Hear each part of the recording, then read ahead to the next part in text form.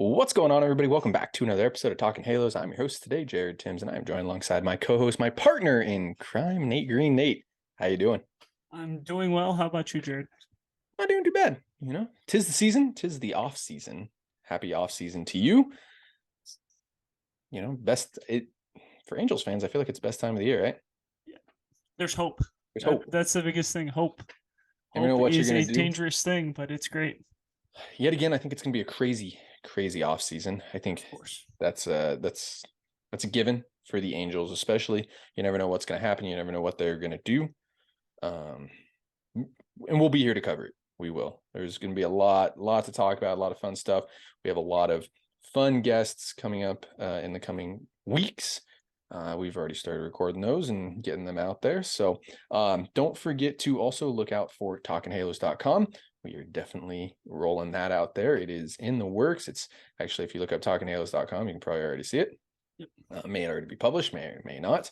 And always, if you would like to write, we can't give you guys much, can't give you guys anything, but if you want to get your name out there, want to join the team, let us know. Shoot us a message, Talking Halos, or go on to talkinghalos.com and email us there that you want to. That's even better. Like, we have that now. So, Nate, I have a question for you. Question to start off this podcast, because it is the off season. I feel like we always got to do this. Congratulations to the Astros winning the World Series, blah, blah, blah, all that fun stuff. Do you actually still hate the Astros, though?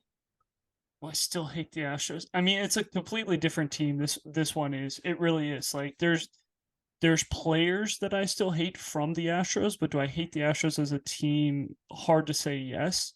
I mean, you never really want it's kind of like the Dodgers. You never really want to see them win with the Astros, but I think there's just that core, the couple guys that you really don't like, and I mean, it's fairly obvious who they are. So I don't know. I don't think hate's the right word when it comes to that team, just because there's so many new faces. But I mean, the core 4 or 5 guys, yeah, of course, but not the team in general. Yeah, so I'm with you on this. I had to bring this up because I got asked it a while ago by somebody, and I was like, no, I really don't, like, during the playoffs. But you can hate some players, and then people that are listening to this are probably gonna be like, what are you guys even talking about? You gotta dislike the Astros as a baseball fan, and that's fine, you can, but like, think about it, like, there's some great stories on this Astros team this year that didn't involve what happened in 2017 and moving forward. And you can dislike those players all you want. Carlos Correa, who might be a future Angel, so you may not dislike him very much longer. Jose Altuve, Alex Bregman. I mean, George Springer, but even Springer came out and I said, think I think Bregman and Springer are the two that I'm okay with. I was really pointing at Gurriel, Gurriel, you Altuve. can dislike Those were the Altuve. two. Correa is on that list as well. I would love the Angels to get Carlos Correa because I think he solves a lot of problems, and I think he is the best shortstop on the market because he doesn't have the draft pick with him as well. So there are just things that make him the most enticing player in this free agent market. But yeah, when you look at it, it's Altuve, it's Gurriel. I'm really okay with Bregman and Springer. I think Bregman handled it properly. I mean, he's one of those guys that where if he's on your team, you love him. If he's not on your team, you hate him. But I don't think he handled the situation poorly. I think Altuve, Gurriel, those guys didn't really handle the situation properly. So those are the kind of guys where I'm like, not huge fans of them. But yeah. I get it. I do. I just had to ask it because I did get asked it, and I was like, nah. I mean, I don't. There's certain players, the way they carried themselves, you can dislike, but Astros in a whole, there were a lot of really good stories. I mean, you got like Martin Maldonado as well, and Trey Mancini is a fantastic story. Christian Javier is a great story. Framber Valdez, fantastic story. I mean, there's so many.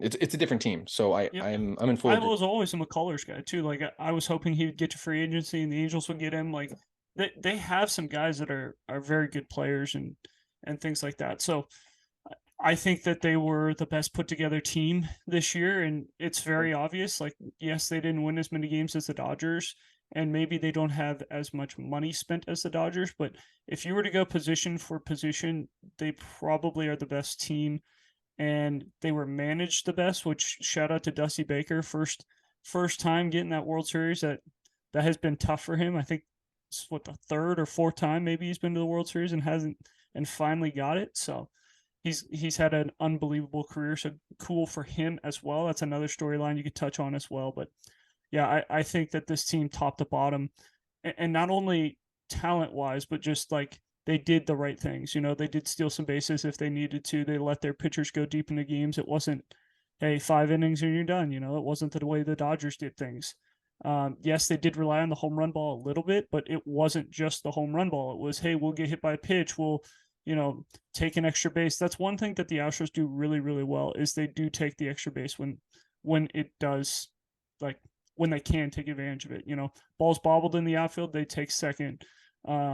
Someone bobbles it again, they take third. Things like that they just did a really good job of all year, and they didn't have to spend any money. Not any money. They didn't have to spend as much money as the Dodgers to do it, but they will eventually. Yeah, we'll see how it goes. There's a lot of Bregman, I believe, comes a free agent very soon. Justin Verlander is a free agent, if I'm not mistaken.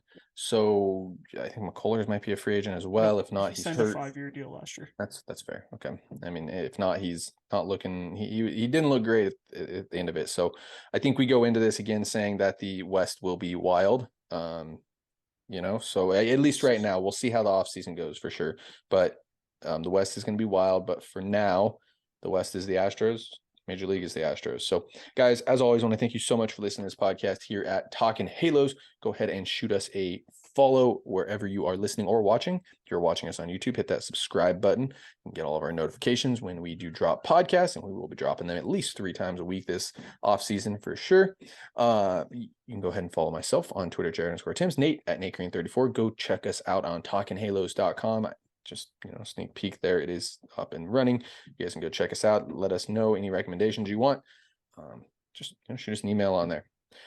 You can again follow us on all of our social medias, Twitter, Instagram, and Facebook. And guys, give us 1 second to pay the bills. All righty, let's go ahead and keep it rolling here. Nate, let's just go over this real quick. I know we're going to talk a little. You didn't know this because I didn't tell you what we're talking about. But we're going to talk a little Cy Young action today, a little Shohei Ohtani. And we are definitely going to go ahead and break down a little bit of this offseason stuff. MLB Trade Rumors came out with a really helpful article for all of us who want to know what goes on during the offseason. And starting yesterday, because it is Monday today when you are listening to this, all players could become eligible for free agency, or any player that isn't under contract could technically become it. November 7th. So I know I did. It is what it is. Anyone whose contract has expired can now become a free agent. You made it sound better. So free agency has begun as of yesterday. November 7th through the 10th, the GM meetings. Not a lot takes place there. You might see a trade or two go down, but I don't think too much will happen at the GM meetings. November 10th, the free agent market officially opens. The 14th through the 17th is award week. Again, we're going to talk about a little Cy Young action today, MVP action next podcast. The 15th is the deadline for anybody to be added as anybody to be saved from the Rule 5 draft, and it have to be added to the 40-man. So that's a big day for the Angels. They have a couple interesting players that they need to add or protect from that Rule 5 draft. November 18th is the non-tender deadline. I don't know if you want to break that down. Non-tender deadline. That's kind of that's going to be a big day too. That's going to be a big one for the Angels, and just for everyone, not just the Angels in general. There could be some guys that get non-tendered that could be really good free agent pickups. That also could be a couple guys for the Angels that could be making some money that the Angels do not think are worth the amount of money that they will get in arbitration. So I think that couple of days is going to be chaos. Yep. Yeah, absolutely. Always is. There's always some interesting names that come out around that names you don't expect either, which is fantastic. Yeah, absolutely. November. Did I say this one deadline for qualifying offers. That's what it was. November 20th is the last day for QOs to go out. I don't think we're going to have that issue this year. Remember last year, the Angels issued a qualifying offer to Raisel Iglesias, lost the second round pick. We don't talk about that anymore. The 7th or the December 4th through the 7th is the winter meetings. It's always fun, fun couple days to listen into. The 7th of December is the Rule 5 draft. January 13th, I don't even know where we're going here. Last day to file for arbitration is January 13th. This is what it sounds like. Yep. January 15th is when the international signing window opens. Got a lot of names on that one already that we're gonna have to break down here. And as always, probably have Taylor Blake Ward on. Of course. February 24th, spring training games officially start. Man, it already feels like we're getting close to that date. And then March 8th is the World Baseball Classic that begins in Phoenix. There's a couple different spots that it begins in. And then March 30th is opening day. We will be here breaking it down day by day. Just kidding, at least 3 times a week for you guys. So stay tuned. A lot of interesting days coming up in the next 160 days. So we'll see how it all squares down. But the reason why we really want to have this podcast here is to talk a little bit of Cy Young action in the AL, because we think that Shohei Ohtani at least has an argument to be there. Correct?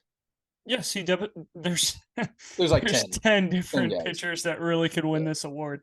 Everyone thinks that it's Justin Verlander's to lose, which it definitely is, but this could go a bunch of different ways. I'm really interested to find out how the writers voted, because depending on what metrics you find important, this thing could go so many different ways. So I'm really excited for this.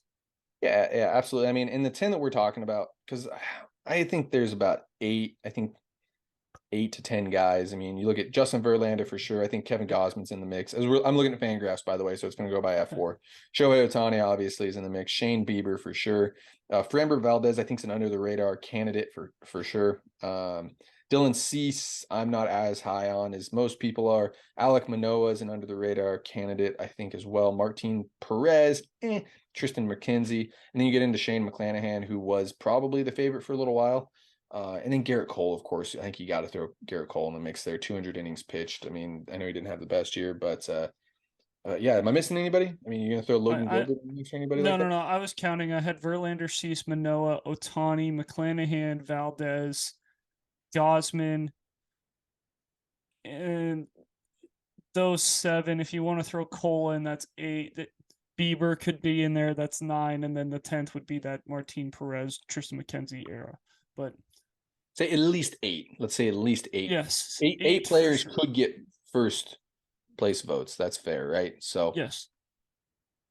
I mean, let's break it down here, because I do think that, I mean, you looked at the player vote, right? And Shohei Ohtani wasn't even mentioned in the players vote.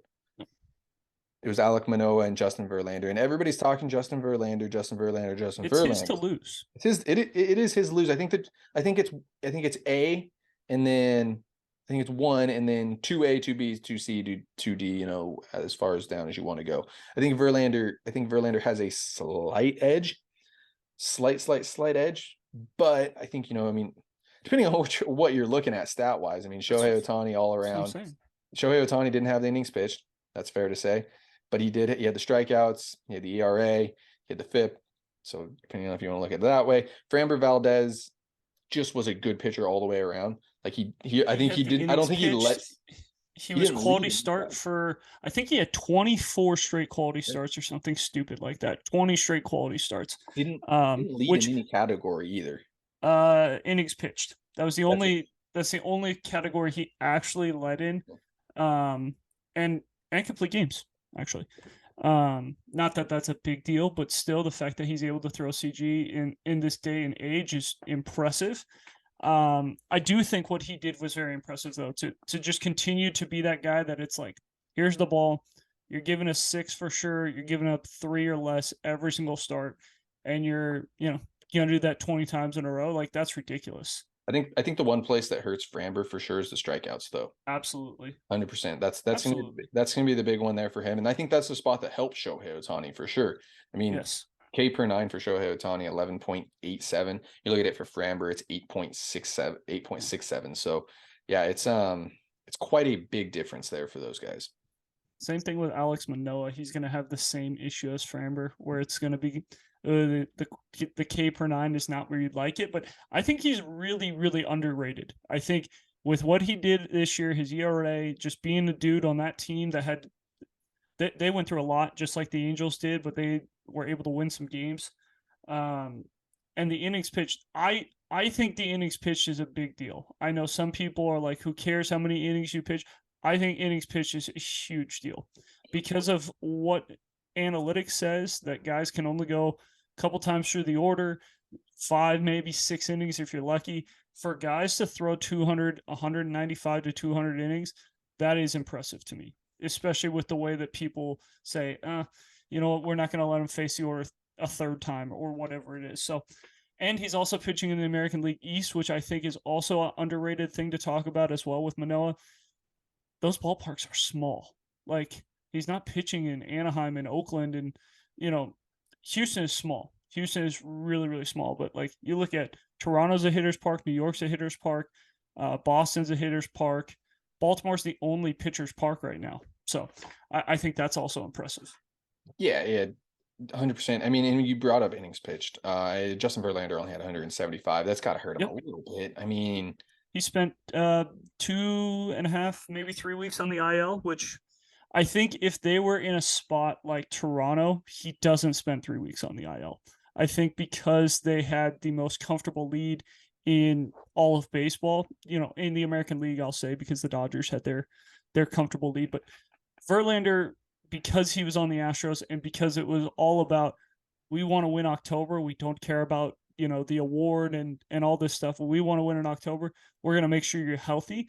That could end up hurting him a little bit because he spends 3 weeks, and the 3 weeks he spent is, late August, early September. And that's a big, big deal to some guys, is how do you finish down the stretch? And if you're only going to throw 175 innings and you're 700, let's say 150 innings came in the first, big chunk of the year, but in August, September, you only throw about 20, 25 innings. That could be a big difference for him not winning, even though he had such an incredible year. Yeah. I think Alek Manoah flies under the radar for a lot of people. Framber Valdez is going to fly under the radar. We haven't talked about Shane Bieber. Shane Bieber is going to fly under the radar for a lot of people as well, especially 200 innings pitched right behind Framber. The one guy that bothers me the most, and for me, as being a guy who liked to spot up, I wasn't overpowering or anything like that, it's going to be Dylan Cease. I believe did he lead all starting pitchers? Definitely led in the AL in walks amongst qualified starting pitchers. I know he had 227 strikeouts, but man, dude, those 78 walks kill me. I mean, you look at it, Justin Verlander only had 29 walks.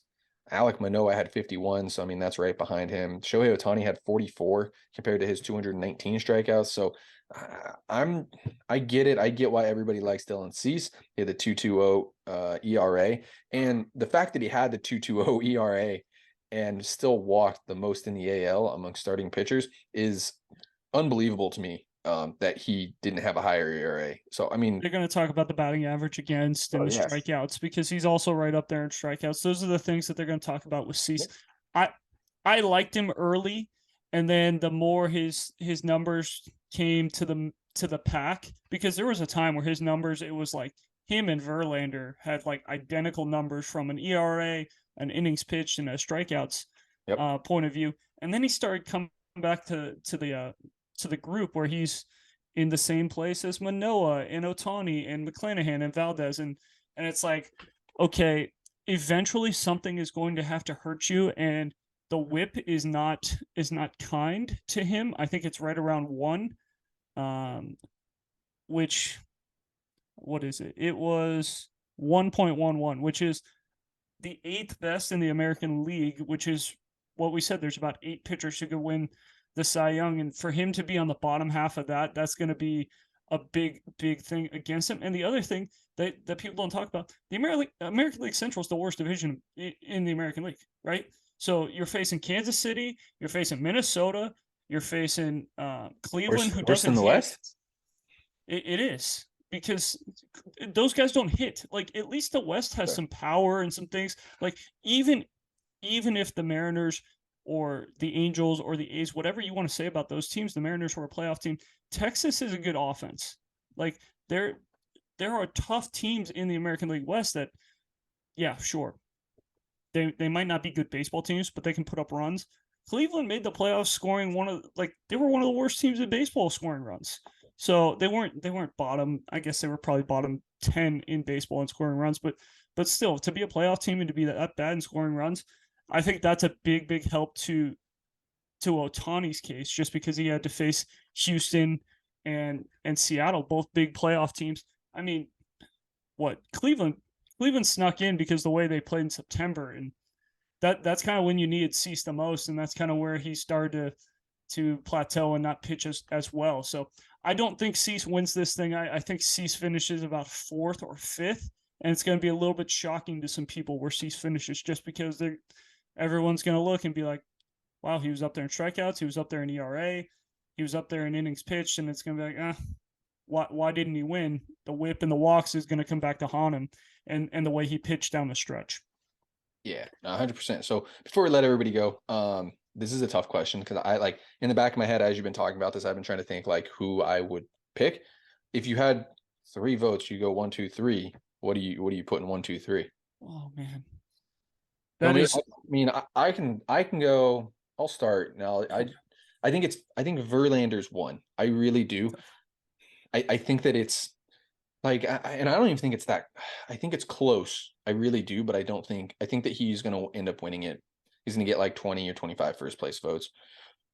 Not even, no bias here either. I think Shohei Ohtani finishes 2nd just because it's Shohei Ohtani.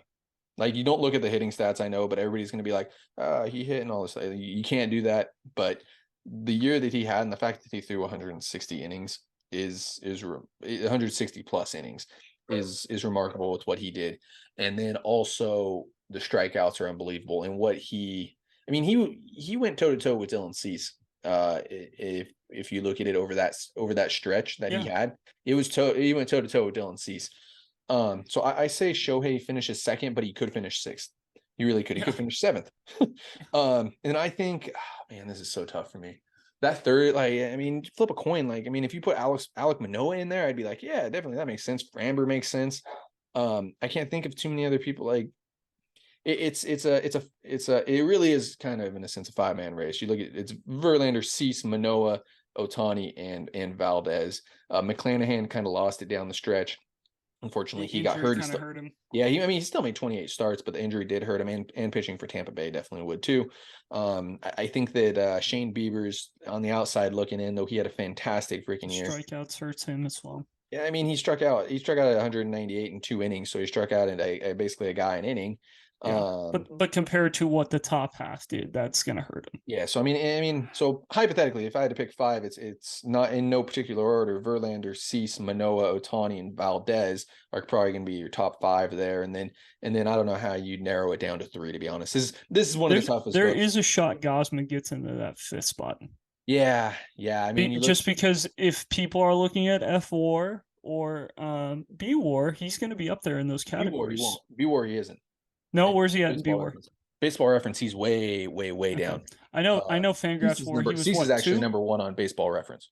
Was F-4? He was 2. He was 2 in F-4 because strikeouts. He had the strikeouts, and he just had a good season, good fit. For me, I agree with you. Verlander does win it for me. I go back and forth. I put Manoah 2, and then I put Ohtani 3. I think. This is the toughest vote. Yeah, this probably is the toughest vote, just because there are so many different candidates. Like, you go to every other race, and it's between 1 or 2 guys, and that's pretty easy. I think that honestly, where is this going to sound? The next toughest vote is going to be Manager of the Year. Like, yeah, I think we'll break everything down, but yeah, I know, but like I'm saying, MVP votes are between 1 or 2 guys. You look at Rookie of the Years, they're between 1 or 2 guys in both leagues, and MVPs in both leagues, 1 or 2 guys. Like, Manager of the Year, you got 4 or 5 candidates on both sides. So NL Cy Young's pretty tough too, and NL MVP is tougher. The only reason the NL Cy Young race got even close, and it might not be close, that could be an ugly ugly finish. But the only reason that thing got even close is because there were some injuries down the stretch. But if certain guys stayed healthy, it's a two-man race. That's fair. But I got three guys up there, but I mean, you yeah, can't you flip a coin. You got any final thoughts before we let everybody go? I mean, the Cy Young's gonna be really interesting in the AL. it definitely is. Congratulations to the Astros again. That they were the best team in baseball from start to finish. It was very, very impressive what they were able to do. And yeah, I'm really looking forward to the next couple of weeks. Edwin Diaz signed yesterday as well, way more than I would have given him. But congratulations to him and the Mets for getting that deal done. But that just means there's one less guy available, but that also means there's probably one less team looking for a closer. So that's going to be an interesting thing to keep an eye on for these next couple of days. Is does Dansby Swanson get a deal done? Do some of these free agents stay before they end up getting to free agency? So Yeah, absolutely. I got no final thoughts at all. So, guys, as always, thank you for listening to this podcast here at Talking Halos, making us best podcast, Angels podcast out there. If you could subscribe wherever you're listening, follow us on all of our social medias, Twitter, Instagram, Facebook. Follow myself on Instagram at Jared_Tims, Nate at Nate Green 34, guys. And thank you so much for listening. Have a great rest of your day.